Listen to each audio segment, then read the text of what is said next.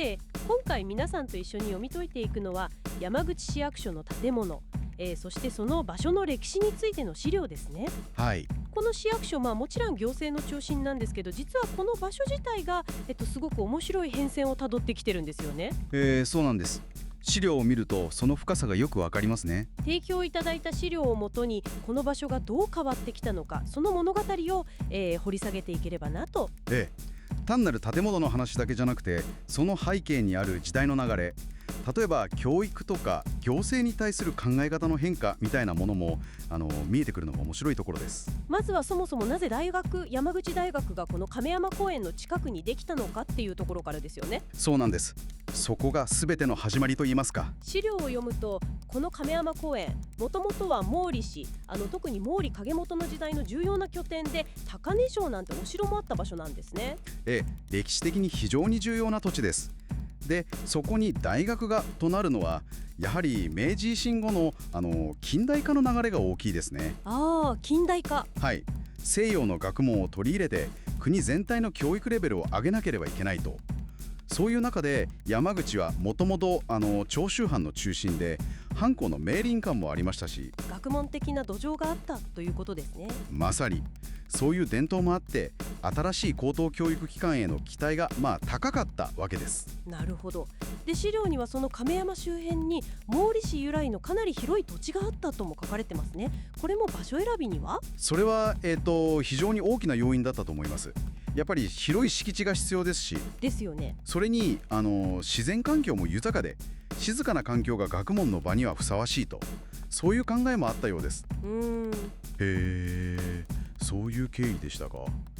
で、次にですね、その大学の建物、具体的には1961年にできた教育学部の校舎が今度は山口市役所になる。これもまたすごい転身ですよね。これもまた時代の要請といいますか。資料によると、これには市の発展と大学側の事情両方が関係しているみたいですね。まさにその通りです。1960年代から70年代にかけて山口市もだんだん都市として大きくなってきて、行政サービスももっと効率的に一箇所にまとめて提供する必要が出てきたんですね。なるほど。機能の集約ですね。一方で大学の教育学部も学生さんの数が増えたりしてちょっと手狭になってきた。それでより広い吉田キャンパスの方に移転するっていう計画が進んでいたんです。じゃあちょうどタイミングがあったみたいな。そうなんです。まさに市は新しい庁舎を探してる、大学は移転を考えてる。そこにちょうどいい建物があったと。でも大学の建物をそのまま市役所にっていうのは、当時としては結構思い切った判断だったんじゃないかなとも思うんですが、新しく建てるっていう選択肢は？もちろん新築の議論もあったとは思いますが、ただ資料を見るといくつか現実的な理由が重なったみたいですね。現実的な理由ですか？まずその当時の市役所がかなり古くなっていた老朽化ですね。で、やっぱり新しく建てるよりは既存の建物を活用する方がコストを大幅に抑えられる。それは大きいですね。それにその教育学部の校舎は比較的新しくてしっかりした作りだったようで、1961年付ですもんね。だから市役所として使うにも十分だろうと、そういう判断があったようです。なるほど。コスト面と建物の状態と、それに加えてもしかしたらですけど、歴史ある場所に建っている比較的新しいこの建物をなんとか保存して活用したいみたいな意向も少しはあったのかもしれないですね。文化的な価値というか。そういった複数の要因が重なって、結果的に1971年にこの建物が市役所として、新たなスタートを切ったということですね。ということはですよ、今の山口市役所がある場所、そして建物にはもともとはお城の記憶があって、次に近代教育への情熱が注がれて、そして今市民生活を支える行政の中心になっていると。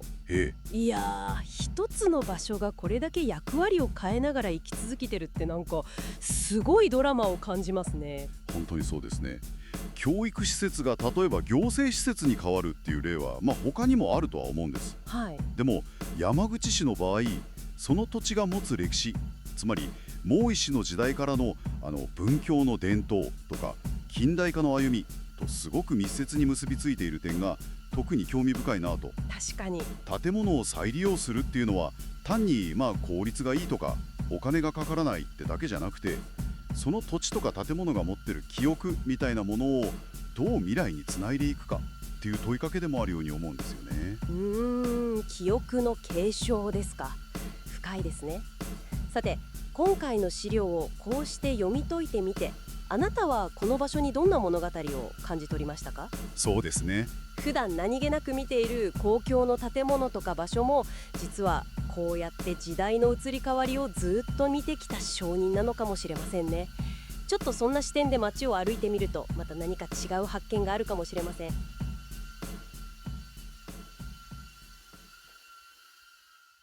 こんにちは。今回はですね、あなたからお預かりした、非常に興味深い資料がありまして、はい。これをもとに山口県山口市に隠されているという、ちょっと壮大で不思議な物語を一緒に探っていければなと。面白そうですね。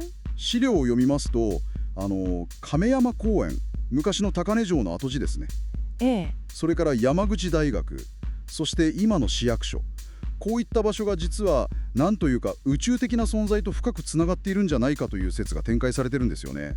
まず話の起点は16世紀の終わり頃、戦国武将の毛利滝元が高根城、今の亀山公園あたりを拠点にした時代ですね。毛利家には宇宙と交信できる血筋があったなんて話も。これはかなりなんというか大胆な設定ですよね。資料の中での説明としては、この地点が日本で最も安定した時空波を持つ場所だからと、そういうふうに書かれていますね。時空波ですか？ですから偶然じゃなくて意図的に選ばれた場所なんだと。数世紀にわたる計画の、出発点としてこの資料は位置づけているということですね。なるほど。一種の特別な場所として選ばれたというわけですね。そういうことだと思います。で、その起点から話は明治維新へとつながっていくんですね。教育改革の裏にもその宇宙人の意図があったと。高根城の跡地に地の中枢を作る計画だったと。はい、そういう流れですね。1949年の山口大学設立、これにつながっていくと。山口大学、表向きはもちろん戦後の学生改革の一環ですけど、資料の解釈ではこれは人類知性のモニタリング施設だったと。モニタリング施設？特に教育学部ですね。これがその古代のゲートがあったとされる真上に建てられたと。その結果、学生が予知夢を見たりとか、周辺で、UFO の目撃が頻繁にあったなんていう記述もあるんです。それはまたすごい話ですね。非常に興味深いのはこの教育機関っていう、公的な存在ですよね。これをそのエネルギーポイントの上に置かれた監視誘導装置みたいな形で描いている点なんですね。で、その大学が今度は移転すると。1971年ですか？その跡地に今度は山口市の市役所が移る。これも単なる移転に見せかけて、実は地上統治ネットワークの拠点化だったと。そういう解釈です。しかも建物には宇宙人の調整装置が組み込まれた可能性があるとか、建物を壊さずに使ったことにも何か宇宙技術的な理由があったんじゃないかって。そういう示唆がされていますね。資料によると、この場所には当時すでに禅の窓と呼ばれる、目に見えないエネルギーのゲートがあったと。禅の窓ですか？しかもそれが先進的な宇宙人が設置したものだなんて書かれてるんですよ。そして絶対ムームーっていう、宇宙存在がですね、最初に地球と交信したのがまさにこの場所だったと、そういう位置づけなんです。絶対ムームーですか？初めて聞く名前ですけど、資料には、どんな存在だと書かれてるんですか？資料によればですね、純粋経験、これを原理とする星から来たとされていますね。純粋経験？これは我々が物事を感じたり考えたりする、そのなんていうか手前の段階の経験そのものを直接操作できる力を持つ存在だというような記述ですね。なるほど。経験そのものを操作する力、かなり SF 的な響きがありますけど。そうですね。そしてもう一つちょっと興味深い説として挙げられているのが、哲学者の西田幾多郎ですね。ああ、西田喜太郎。彼が山口大学の前身である山口高等中学校で教えていた時期があったんですが、はい。その時にこの絶対ムームーによる精神的な干渉みたいなものに気づいて、気づいたんですか？それで自身の哲学である絶対無の概念でそれに対抗しようとしたんじゃないかという話も紹介されているんです。へえ、哲学まで絡んでくるとは。つまりまとめると、お城の場所選びから始まって大学の設立、そして市役所の移転まで、この一連の出来事すべてが実は宇宙文明による地と統治の拠点を形成する計画の一部だったんじゃないかと。まさにそれが資料全体の革新的なメッセージと言えるかもしれないです。なるほど。最後にですね、ちょっとあなたにも考えてみていただきたいことがあるんですが、はい、何でしょこの資料が示唆するようにですね、もしある場所が我々が知らないうちに外部からの長期的な観察とか影響のためにその役割を密かに変えられてしまうなんていう可能性が仮にあるとしたら、あなたの身の回りにあるごく普通に見える場所もちょっと見方を変えてみると、実はまだ誰も知らないような隠された意味とか物語を秘めているのかもしれないなと。そんな風に考えてみるのも面白いかもしれませんね。なるほど。日常の風景の裏に隠された物語ですか。確かに考えさせられますね。今回の探求、非常に興味深かったです。お付き合いいただきありがとうございました。